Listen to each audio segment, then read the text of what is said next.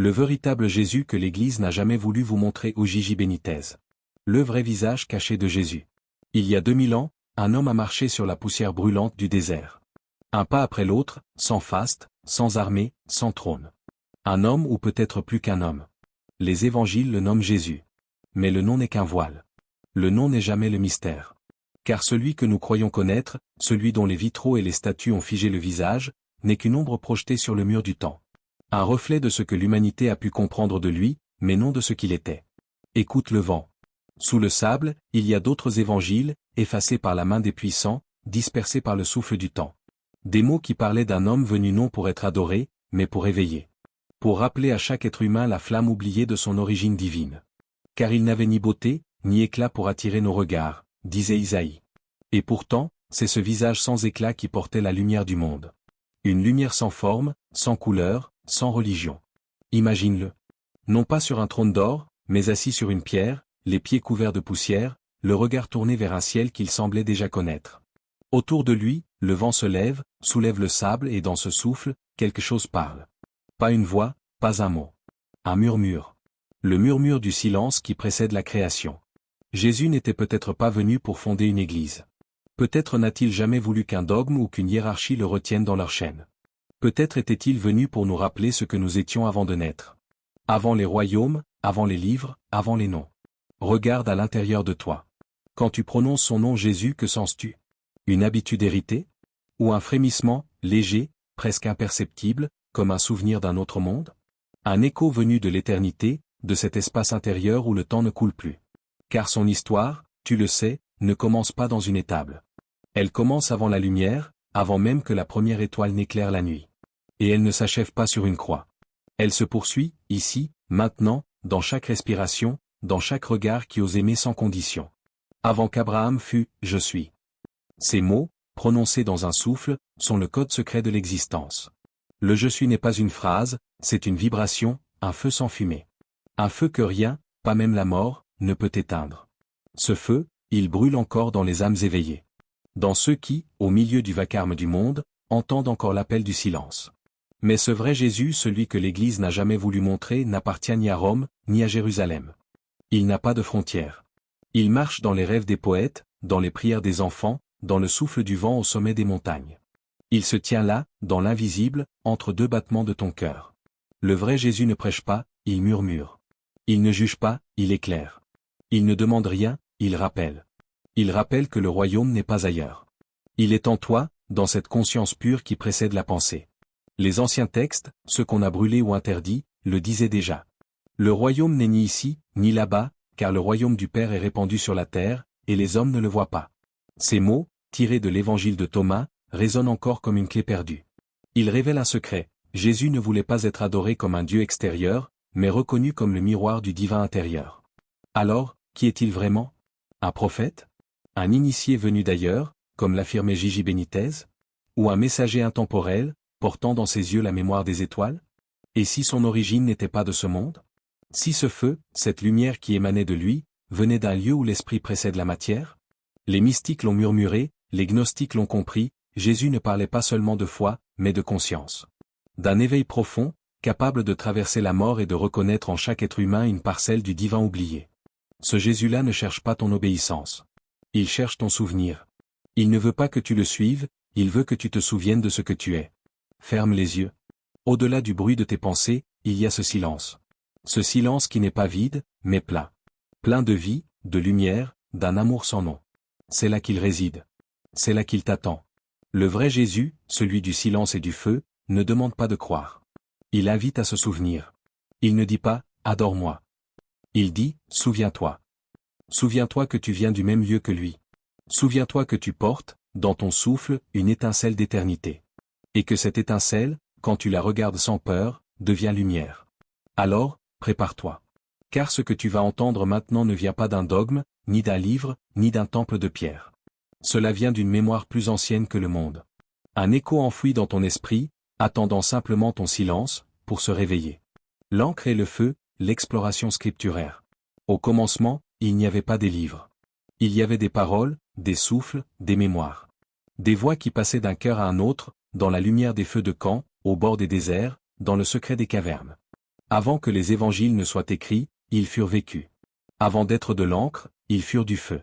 Les évangiles canoniques racontent l'histoire d'un homme simple, mais dans les interstices de leurs lignes sommeillent d'autres histoires, des visages effacés, des vérités qu'on a murmurées sans les écrire. Certaines pages ont été brûlées, d'autres cachées, d'autres encore transformées pour plaire à l'ordre du monde. Mais le feu, lui, ne se laisse jamais enfermer dans des livres. Il brûle entre les mots. Il danse dans les silences. Si ceux qui vous guident vous disent, le royaume est dans le ciel, les oiseaux du ciel vous devanceront. S'ils disent, il est dans la mer, les poissons vous précéderont. Mais le royaume est à l'intérieur de vous, et à l'extérieur de vous. Ainsi parlait Jésus dans l'évangile de Thomas. Ces mots ne furent pas retenus dans la grande bibliothèque du pouvoir. Ils furent jugés trop libres, trop dangereux, trop vrais. Car un homme qui découvre que le royaume est en lui devient incontrôlable. Il n'a plus besoin d'intermédiaires, plus besoin de murs, plus besoin de trône. Il devient son propre temple, sa propre lumière. Ce texte apocryphe n'est pas un blasphème. Il est un miroir. Il renvoie à l'homme l'image de ce qu'il est vraiment, une étincelle du divin, errant dans la matière pour s'y souvenir de sa lumière. Jésus ne parlait pas d'un lieu lointain, mais d'un état d'être. Il ne disait pas « cherche le ciel ». Il disait « réveille-toi ». Le royaume n'est pas une destination. C'est une fréquence. Un niveau de conscience où l'âme se souvient de sa nature éternelle. Et chaque mot de ces textes oubliés vibre de ce rappel. Dans les parchemins du désert, des scribes ont pleuré en recopiant ces phrases, conscients qu'ils préservaient quelque chose de trop grand pour être dit. Leurs plumes tremblaient sur le papyrus, comme si l'encre elle-même savait qu'elle portait un feu que les siècles ne pourraient pas éteindre. Et pendant que les conciles discutaient du nom de Dieu, des hommes simples, dans les montagnes ou les grottes, lisaient ces mots interdits à la lueur d'une lampe. Leur foi n'était pas celle d'une doctrine, mais d'un feu intérieur. Ils savaient que la vérité n'a pas besoin de sceau pour exister. Elle se reconnaît dans la vibration du cœur. Dans l'Évangile selon Jean, une autre lumière apparaît. En lui était la vie, et la vie était la lumière des hommes. Et la lumière luit dans les ténèbres, et les ténèbres ne l'ont point reçue. Ces versets, que tout croyant a entendus, contiennent plus que de la poésie. Ils sont un code, un souvenir cosmique. Cette lumière n'est pas physique. Ce n'est pas la clarté du soleil ni celle d'une lampe. C'est la vibration de l'esprit, la fréquence de ce qui relie toute chose. Elle parle dans les étoiles, dans les rêves, dans les silences. Elle parle aussi dans les lignes effacées, dans les livres interdits, dans les prières qu'on n'a jamais terminées. Cette lumière n'appartient à personne. Elle traverse les mondes. Elle est la conscience pure que rien ne peut diviser. Et c'est cette lumière que Jésus reconnaissait dans chaque être qu'il croisait. Le véritable miracle, ce n'était pas de rendre la vue à un aveugle. C'était d'allumer la vision intérieure, celle qui voit le royaume à l'intérieur et à l'extérieur, en tout et partout. J.J. Benitez, dans ses explorations, le pressentait, le Christ n'est pas un souvenir historique. Il n'est pas figé dans les pages du passé. Il est un être cosmique, un messager venu d'autres plans de conscience pour raviver en nous la mémoire perdue de notre origine. Le Christ, dans cette perspective, n'est pas seulement une figure religieuse, mais un archétype universel. Celui de l'homme éveillé, du pont entre l'humain et le divin. Mais le monde préfère les dogmes aux flammes. Alors on a enfermé le feu dans des temples. On a mis des murs autour du mystère. On a remplacé la lumière par la loi, et l'amour par la peur.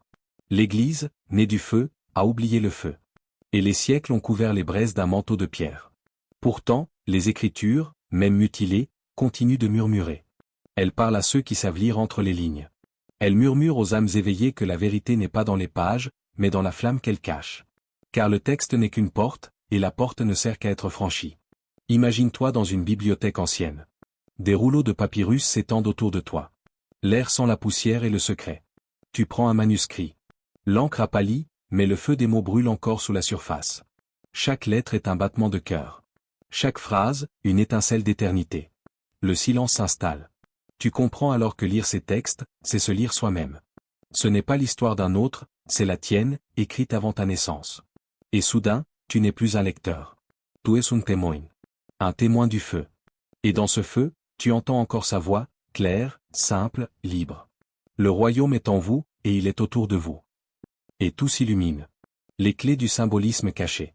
Chaque parabole, chaque geste, chaque mot de Jésus est un code. Un symbole vivant, posé dans la trame du monde pour celui qui a des yeux pour voir. Rien, dans ses actes, n'est anodin. Le pas, le va, l'eau, la lumière. Tous sont des alphabets du divin, des langages de l'invisible qui parlent à la conscience endormie. Quand il dit « Vous êtes la lumière du monde », il ne flatte pas. Il révèle. Il rappelle que la lumière n'est pas une métaphore, mais une réalité intérieure. Le Christ ne demande pas d'être adoré, il demande d'être incarné. Devenir la lumière du monde, c'est devenir ce feu conscient qui éclaire sans brûler. C'est cesser de chercher Dieu dans le ciel, et commencer à le reconnaître dans le battement de son propre cœur. Le pain partagé n'est pas un simple repas, c'est la matière qui se souvient de l'esprit. Quand il rompt le pain, il rompt l'unité apparente pour révéler la multiplicité du même souffle. Le pain, c'est la conscience qui se divise pour se multiplier. C'est l'un qui devient mille, sans jamais cesser d'être un. C'est le geste de la création elle-même, Dieu se fracturant en monde, en visage, en âme pour mieux se reconnaître à travers chacun. Et le vin? Le vin n'est pas du sang. C'est la mémoire liquide de la joie divine. Dans chaque coupe, il y a la vibration de la célébration cosmique. C'est le symbole de la vie en mouvement, du feu transformé en extase. Quand Jésus dit « buvez en tous », il ne parle pas de sacrifice, mais de communion avec la joie originelle. C'est l'esprit qui se goûte à travers la matière, l'éternité qui fait l'expérience du présent. L'eau, elle, est la mémoire du monde. Chaque goutte porte en elle le souvenir des étoiles. Quand il marche sur les eaux, il ne défie pas les lois de la nature, il les révèle. Il montre que celui qui marche avec la conscience éveillée ne sombre pas dans la peur. Marcher sur l'eau, c'est ne plus s'identifier au tumulte de la surface. C'est habiter la profondeur du silence, même quand tout gronde autour. C'est un acte d'équilibre absolu entre la foi et la matière. Et la tempête apaisée? Ce n'est pas un miracle extérieur. C'est la métaphore de l'âme. Les vents, les vagues, la panique des disciples, tout cela, c'est nous. Et au cœur de ce chaos, une voix s'élève, « Paix. Tais-toi. » Et tout redevient clair. Le Christ dort dans chaque être humain, jusqu'à ce qu'on ose le réveiller pour calmer la mer de nos pensées. Benitez l'a écrit. Ce que nous appelons miracle est la science d'un autre monde. Et cette phrase est plus qu'une métaphore. Car le Christ agit selon les lois d'une réalité que nos sens ne peuvent encore percevoir. Ces gestes ne sont pas des exceptions, ils sont des rappels. Ils montrent ce que devient la nature humaine quand elle retrouve sa vibration d'origine. Le figuier stérile? Ce n'est pas une malédiction, c'est un enseignement. Le figuier représente l'esprit qui ne porte plus de fruits, l'âme qui s'est séparée de la sève divine. Quand il sèche, il révèle cette vérité, rien ne vit sans la source. Ce qui ne donne plus, se fane. Ce qui ne s'ouvre pas, s'éteint. Et la pierre roulée du tombeau? Ce n'est pas la fin d'une histoire. C'est le début d'une autre. C'est la pierre de la matière déplacée pour libérer l'esprit. C'est le symbole du passage, de la conscience qui se libère du corps pour reconnaître qu'elle est immortelle. Chaque être humain a sa pierre à rouler, la pierre du doute, de la peur, du conditionnement. Et quand elle s'écarte, la lumière entre. Chaque miracle, chaque parabole, chaque geste du Christ est une clé. Une clé de lecture du monde. Une carte de navigation pour l'âme. Et ces clés, on ne les trouve pas dans les bibliothèques, mais dans l'expérience vivante. Elles s'ouvrent au contact du silence, quand l'esprit cesse d'interpréter et commence à sentir. Jésus n'était pas un conteur, mais un alchimiste. Il transformait la matière en symbole, et le symbole en révélation. Quand il touchait un malade, il touchait l'ombre pour y rallumer la lumière. Quand il parlait du royaume, il parlait du retour à l'unité. Quand il pleurait, il enseignait la compassion, cette vibration qui relie le ciel et la terre. Tout, dans son langage, est codé. Et chaque mot, chaque image est une graine plantée dans la conscience humaine. Certaines dorment depuis 2000 ans, attendant le moment propice pour germer. Ce moment, c'est maintenant. Car le monde traverse de nouveau une nuit. Et la nuit appelle la lumière. Celui qui lit les évangiles avec les yeux du mental ne voit qu'une histoire. Mais celui qui lit avec les yeux du cœur découvre une carte du cosmos intérieur. Le pain devient l'âme, l'eau devient la conscience, le vin devient la joie, la lumière devient le je suis. L'esprit précède la matière, dis-tu. Oui. Et tout ce que tu crois, tu le crées. Jésus n'a cessé de le répéter, mais à demi-mot, à travers les symboles. Qu'il te soit fait selon ta foi. C'est là la clé de toute création. Le monde extérieur n'est qu'un reflet de la vibration intérieure. Changer de regard, c'est changer d'univers. Et alors, tout reprend sens. Les miracles deviennent des métaphores de l'éveil. Les paraboles deviennent des portails. Le Christ devient un état de conscience. Ce que tu cherches n'est pas ailleurs. Ce que tu appelles Dieu t'habite déjà. Et les symboles de Jésus, comme des flammes anciennes, ne cessent de brûler pour te le rappeler. L'élévation intérieure, la lumière invisible. Alors, qui est le vrai Jésus? Peut-être n'est-il pas un nom gravé dans les pierres ou un visage figé dans les peintures. Peut-être est-il un murmure ancien, un souvenir de Dieu inscrit au plus profond du cœur humain. Une présence vivante, invisible, encore ici, suspendue entre le visible et l'invisible, entre le temps et l'éternité. Le royaume de Dieu ne vient pas d'une manière visible, car voici, le royaume de Dieu est au-dedans de vous, Luc 17, 20 à 21. Chaque mot, chaque phrase, est une clé qui ouvre les portes de ton intérieur. Car le royaume n'est pas un lieu, ni un trône, ni une ville dorée. Il est un état, un souffle, un instant où la conscience se souvient qu'elle est lumière. Chaque fois que tu pardonnes, même quand tout en toi crie de haïr. Chaque fois que tu perçois la beauté là où la douleur semble écraser la vie. Chaque fois que tu écoutes le silence et y trouves la paix. Il est là. Dans ce geste, dans ce souffle, dans cette étincelle. Le vrai Jésus n'a pas besoin d'autel, de temple ou de statue. Il ne se tient pas sur des marches de pierre. Il marche dans les âmes éveillées, dans les cœurs qui osent dire. Je suis la lumière du monde, car lui vit en moi. Il est dans ce courage silencieux, dans cette énergie qui refuse de se soumettre à l'ombre. Gigi Benitez répétait souvent. Le Christ n'est pas mort. Il attend simplement que nous ouvrions les yeux. Et c'est peut-être cela le sens secret de toute foi, non pas croire en un Dieu lointain, mais devenir ce que Dieu rêvait que nous soyons. Ne pas chercher un miracle hors de soi, mais réaliser que le miracle est déjà en nous. Regarde à nouveau le désert. Observe la poussière danser dans le vent, les grains suspendus dans la lumière du soleil. Écoute le souffle de l'air, la respiration du monde. Le vrai Jésus n'est pas enfermé dans l'histoire, dans un tombeau ou une relique. Il est là, maintenant, dans ton souffle, dans ton regard, dans ton silence. Il t'appelle par ton nom, et non pour te juger, mais pour éveiller en toi ce que tu as toujours été. Imagine-le comme une vibration qui traverse les âmes. Invisible, mais réelle. Comme le vent qui courbe les branches, mais ne se voit jamais. Comme la chaleur du soleil qui réchauffe la peau, mais que l'on ne touche jamais. Son souffle traverse les cœurs, les esprits, les mémoires oubliées. Et quand tu fermes les yeux et écoutes, tu peux sentir ce feu, cette lumière qui n'a jamais cessé d'exister. Le pardon devient alors un acte sacré. Non pas parce qu'il libère l'autre, mais parce qu'il libère ton âme. Chaque geste de bonté, chaque pensée qui s'élève au-dessus de la haine, chaque sourire offert sans condition, est un écho de cette présence invisible. Le vrai Jésus est ce fil lumineux qui traverse toutes les actions justes, toutes les paroles sincères, toutes les intentions élevées. Il est dans la paix qui naît au milieu du chaos. Dans l'amour qui se manifeste même là où règne la peur. Dans la joie que tu n'attends pas, mais qui surgit soudain, légère comme un souffle d'aube. Chaque instant où tu choisis la lumière plutôt que l'ombre, il est là. Chaque instant où tu te souviens de ta nature divine, tu incarnes ce royaume intérieur. Ferme les yeux un moment. Sentez ton cœur battre, et avec lui, écoute la vibration qui traverse chaque cellule de ton corps. C'est là que Jésus vit. Non pas dans un récit ancien, mais dans la perception pure de ton être. La foi, ici, ne consiste pas à répéter des mots appris. Elle consiste à reconnaître la lumière dans les ténèbres. Elle consiste à sentir le divin dans le souffle d'un enfant, dans le rire, dans les larmes, dans le chant de l'oiseau. Chaque action aimante est une pierre posée sur le chemin vers ce royaume invisible. Chaque geste de compassion est un écho du Christ éveillé. Alors écoute. Dans le silence entre tes pensées, dans le souffle entre chaque battement de ton cœur, dans l'espace entre hier et demain, il est là.